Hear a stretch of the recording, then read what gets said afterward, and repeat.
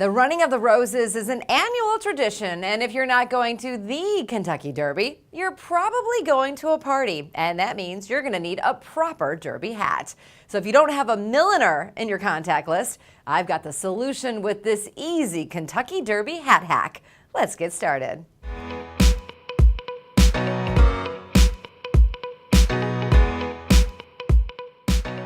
You'll need an oversized hat, ribbons, flowers, feathers, jewels, and any other embellishments you want to make your hat stand out in a crowd.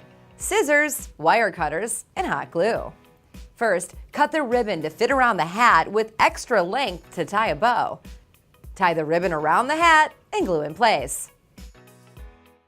Next, cut the stems of the flowers down to about a 5-inch length. Lay the flowers on the hat like you want them and glue them in place. And don't forget, the derby hat is the focal point of your entire outfit, so don't be afraid to go big. Now add any extra jewels, feathers, or embellishments on your hat. And there you have it, a show-stopping derby hat. Won't you look pretty sipping on a mint julep?